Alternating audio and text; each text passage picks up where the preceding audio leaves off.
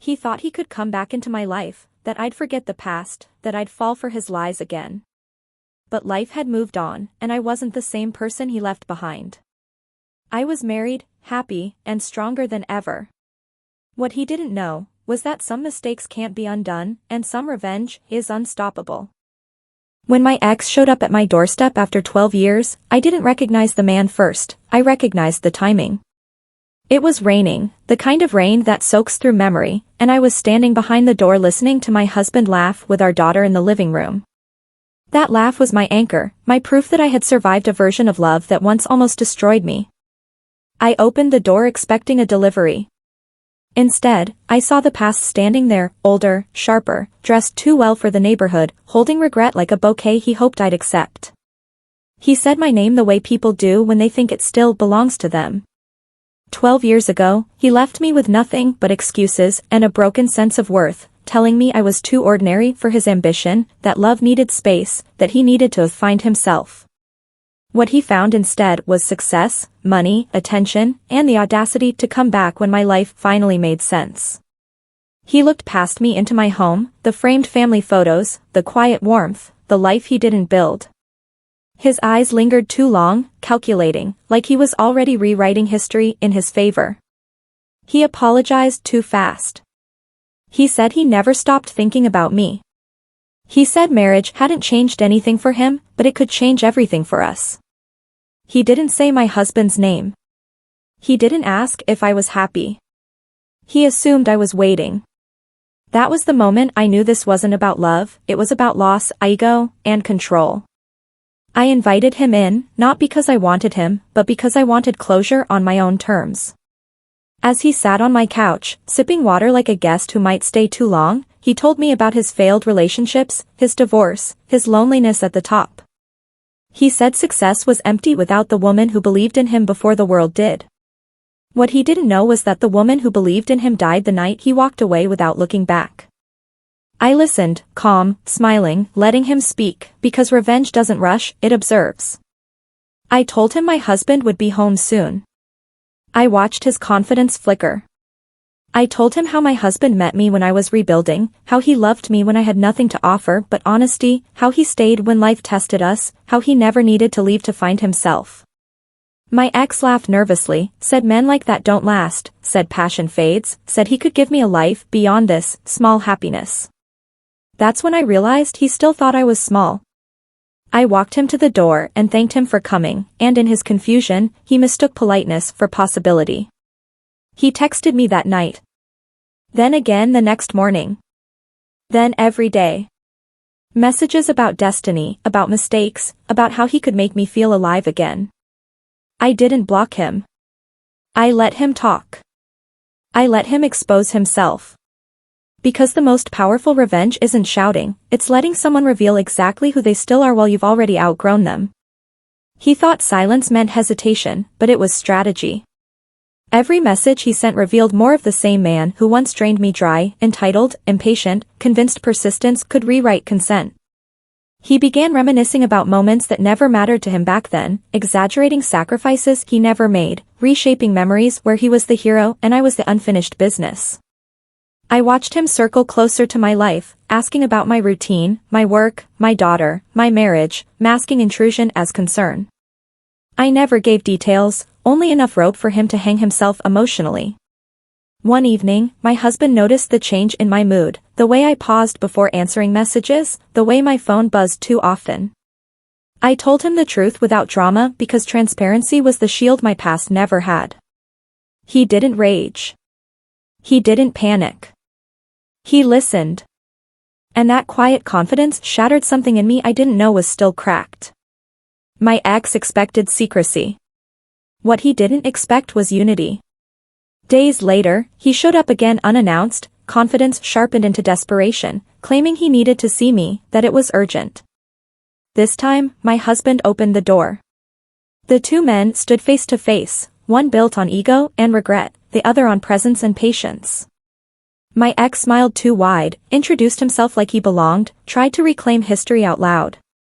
My husband thanked him for stopping by, then calmly told him this home was built on respect and boundaries, and neither were negotiable. That was the first time I saw fear in my ex's eyes. He hadn't come to fight another man, he'd come to reclaim ownership of a woman he thought was still waiting. When he left, his messages changed tone. The romance turned into resentment. The apologies turned into accusations. He said I had changed. He said marriage had made me cold. He said I owed him a chance to fix what he broke. That entitlement was the final proof I needed. I began responding less, shorter, colder, until he cracked and sent a message that said everything. If I can't have you, no one really does, because you were never meant for this life. That sentence unlocked the past. It reminded me of nights crying alone while he chased ambition, of phone calls unanswered, of promises postponed until they expired. I realized he didn't miss me, he missed the version of me who believed in him more than herself. And that version no longer existed. I decided then that closure wasn't enough. He needed to understand loss the way I once did, not through cruelty, but through clarity. I invited him to a public place under the pretense of one last conversation. He arrived dressed like success, rehearsed, ready to perform remorse. I let him talk. I let him confess how seeing my family photos online drove him insane, how my happiness felt like betrayal, how my marriage felt like theft. When he finally asked if there was still a chance, I looked at him and said something he wasn't prepared for: I'm grateful you left. Because if you hadn't, I would never have known what real love felt like. His face collapsed. The power shifted. People nearby heard the silence more than the words. I stood up, wished him peace, and walked away without looking back. That night, he posted cryptic messages about regret, fate, women who choose safety over passion. But the world didn't respond. No applause. No sympathy. Just quiet. And that quiet was louder than anything I could have said. He didn't handle the rejection the way healed people do. He handled it the way men do when they mistake access for entitlement. His messages stopped, but his presence didn't. Mutual acquaintances began reaching out, casually at first, then curiously, asking if it was true that he and I had reconnected, if there was trouble in my marriage, if old flames ever really die. That's how I knew he was rewriting the narrative again, painting himself as the almost chosen man, the one who let me go out of nobility, the one who still held my heart in secret. I didn't confront him. I didn't defend myself. I did something far more dangerous to a man like him: I stayed consistent. I showed up publicly with my husband, hand in hand, laughing without performance. I posted nothing cryptic. No explanations. No subtweets. Just life, lived fully and loudly. That silence starved him. He began sending long emails instead of texts, essays about destiny, about mistakes, about how history would judge me for choosing comfort over greatness. In one message, he admitted something he probably didn't mean to. He said watching me thrive without him made him question every decision he'd ever made. That was the confession. That was the wound. I forwarded the message to myself and archived it, not for revenge, but for truth. Weeks later, his professional image began to crack. The same arrogance that once pushed me aside had followed him into boardrooms and relationships. Former partners spoke up. Deals stalled. His charm had expiration dates, and people were no longer buying what he was selling. He reached out again, this time without pride, asking to meet, saying he felt lost. I declined politely and wished him healing. That sentence hurt him more than anger ever could. Because it confirmed what he feared most: I no longer needed him to be anything. The final moment came unexpectedly at a social event we both attended by coincidence. He saw me across the room with my husband, watched how my body leaned naturally toward a man who never had to compete for space in my life. When our eyes met, I didn't look away, but I didn't invite him in either. I smiled the way you smile at a closed chapter. Later, someone told me he left early, said he wasn't feeling well. I understood. He wasn't sick, he was grieving a future he thought he could reclaim. That night, I lay beside my husband, listening to the steady rhythm of a life built on mutual choosing, and I realized the revenge wasn't in what I took from my ex. It was in what he could never take back: time, opportunity, and the woman he underestimated. The woman he left behind survived, evolved, and built a life so full that his return felt like an interruption, not a temptation. And that is the kind of ending ego never recovers from. He disappeared for a while after that night, and I thought the story had finally finished itself. But unresolved pride has a way of knocking again, quieter this time, wrapped in humility. Months passed. Life settled back into its rhythm of school mornings, shared dinners, weekend laughter, the ordinary miracles he once called small. Then an email arrived with no subject line. Just his name. Inside, there was no romance, no manipulation, no nostalgia. Only confession. He wrote about the deals he lost, the friendships that evaporated when he could no longer offer advantage, the loneliness that crept in when applause stopped. He admitted that leaving me had been the first of many exits he mistook for ambition. He said watching me live well without him forced him to confront the truth he'd been avoiding for over a decade, that love was never the weight slowing him down, it was the foundation he refused to build on. He asked for forgiveness, not reconciliation. That was new. I read the email twice. I felt no anger. No triumph. Just distance. Healing doesn't always feel like victory, sometimes it feels like neutrality. I replied with kindness and finality. I told him I forgave him years ago, not for his sake, but for mine. I told him I hoped he learned how to stay when things required patience instead of applause. And I told him this would be my last response. He respected that. Or maybe he finally understood there was nothing left to fight for. Weeks later, I heard he was relocating, starting over in a different city, chasing a quieter life. I wished him well silently. Not everyone who breaks you is meant to witness your wholeness up close. Some lessons need distance. On our anniversary, my husband and I renewed our vows privately. No crowd. No performance. Just truth. As we stood there, I realized something profound: the greatest revenge wasn't living better. It was loving better. Choosing peace over chaos. Stability over adrenaline. Presence over potential. My ex taught me who I never wanted to become. My husband showed me who I already was. And somewhere in that contrast, justice happened naturally, without shouting, without cruelty, without guilt. The past didn't lose because I punished it. It lost because it no longer had a role in my future. The real ending didn't arrive with drama. It arrived quietly, the way truth usually does when it no longer needs to prove itself. A year after his last email, I ran into someone who used to work closely with him. We were standing in line at a cafe, talking about ordinary things, when his name surfaced naturally, without weight.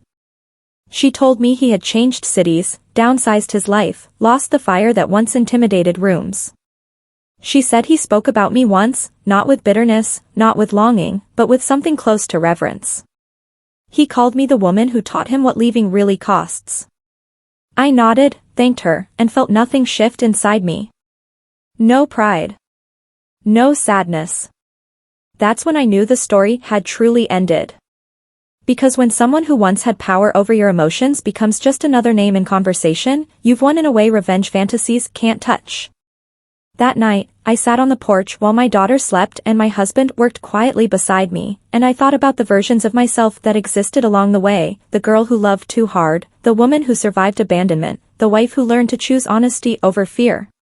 My ex didn't come back because he loved me. He came back because life finally treated him the way he treated people, transactionally.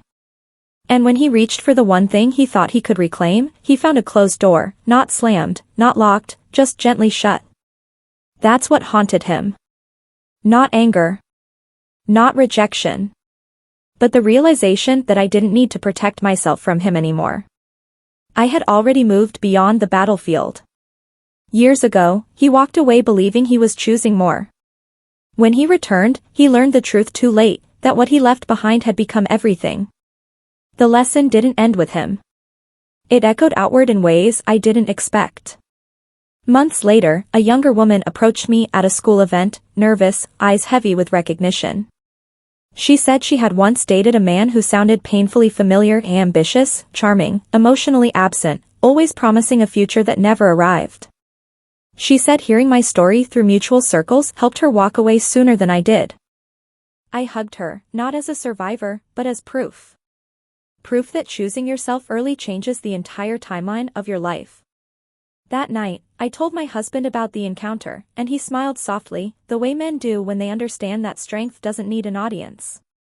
We talked about how love isn't fireworks every day, it's consistency, it's showing up when there's nothing to gain, it's choosing the same person even when no one is watching. Somewhere across the city, my ex was rebuilding a quieter life, and I hoped he learned to stay. But whether he did or didn't no longer mattered. The revenge was complete the moment my life stopped intersecting with his regret. Because the greatest punishment for someone who once believed they were irreplaceable is discovering they were simply a chapter, not the story. And my story kept going, steady, grounded, and free. Time did what it always does, it normalized what once felt monumental. The story that used to tighten my chest became something I could tell without pausing. Not because it hurt less, but because it no longer defined me. One evening, my husband and I sat watching old videos on my phone, laughing at younger versions of ourselves, and I realized something quietly powerful: my ex no longer appeared in the timeline of my life. He wasn't erased, he was simply irrelevant. That's the difference between denial and healing. Healing doesn't delete the past, it removes its authority. Weeks later, a message request appeared from a number I didn't recognize. It was short. Polite. He said he hoped I was well. He said he'd started therapy. He said he was learning how to stay present instead of chasing validation. He didn't ask for a reply. I didn't respond. Not out of cruelty, but out of completion. Some doors don't need to be reopened just to prove you can close them again. I blocked the number and went back to my life, homework questions, dinner plans, laughter spilling through rooms built on trust. That night, as I turned off the lights, I felt something rare and final: peace without vigilance. The kind of peace that doesn't check over its shoulder. The kind that knows it has already won. The years kept moving, and with them came new milestones that quietly sealed the distance between who I was and who I had become. Promotions at work, school graduations, anniversaries marked not by grand gestures but by shared silence and understanding. Each achievement stacked gently on the last, building a life so grounded that the chaos I once mistook for passion felt foreign. One afternoon, while cleaning out old storage boxes, I found a notebook from my early 20s. Inside were plans I had written with his name woven into every future sentence. I read them slowly, not with regret, but with compassion for the girl who thought love meant endurance. I closed the notebook and threw it away without ceremony. That small act felt more powerful than any confrontation ever could. Somewhere, he was still living with the consequences of his choices, but I was living with the rewards of mine. And that difference mattered. I taught my daughter, without naming names, that love should never make you feel small, that leaving someone who doesn't choose you is an act of courage, not failure. She nodded, absorbing wisdom she might not need for years, but would one day recognize as protection. That night, lying beside my husband, listening to the steady breathing of a man who never needed to prove his worth by leaving, I understood the final truth: revenge stories don't always end with someone falling apart. Sometimes they end with someone else becoming whole. The last echo came when I least expected it. A charity event invitation arrived with his name listed among past donors, not attendees. A footnote, not a presence. I smiled at the irony. Once, he needed rooms to feel important. Now his name lived quietly on paper, while my life lived loudly in real moments, inside jokes, shared glances, mornings that began without anxiety. At the event, I spoke on a panel about resilience, not as a survivor performing strength, but as a woman describing ordinary courage. Afterward, a man thanked me and said something that landed like a soft conclusion: "You sound like someone who learned how to choose." That was it. Choice. Not fate. Not destiny. Not passion disguised as chaos. Choice, repeated daily. On the drive home, my husband reached for my hand without looking, the way people do when they know where they're going. I thought about how my ex once believed love was a prize you reclaimed when convenient. He never understood the cost of leaving until the bill came due, interest compounded by years he couldn't get back. When we pulled into our driveway, the porch light was on, the house warm, the life intact. No applause. No witnesses. Just belonging. And in that quiet certainty, the story closed itself, not with bitterness, not with victory speeches, but with a truth so complete it didn't need embellishment. When your ex tries to come back after you're married, the real revenge isn't proving you're better without them. It's realizing you stopped measuring yourself against them at all. I thought that would be the end, but life likes to add one final mirror when you least expect it. Years later, I ran into him face to face for the first time since everything ended. It wasn't dramatic. It was in a grocery store aisle, under fluorescent lights, between shelves of ordinary choices. He looked older, not just in age, but in posture, like someone who had finally learned that running doesn't always mean winning. Our eyes met. There was recognition, then restraint. He nodded once, respectful, distant. No smile. No approach. Just acknowledgement. In that moment, I felt something close to gratitude, not for him, but for the distance between us. The distance was proof. Proof that I had crossed a bridge he could no longer access. I walked away pushing my cart, thinking about dinner, thinking about home. He stayed behind, just another stranger navigating his own consequences. When I reached my car, my phone buzzed. A message from my husband asking if I needed anything else before coming home. That contrast was the final punctuation. One man existed in memory, shaped by regret and what-ifs. The other existed in reality, steady, present, choosing me without question. And that was the ending the past never saw coming. Because the cruelest revenge for someone who once left you behind isn't rejection. It's irrelevance.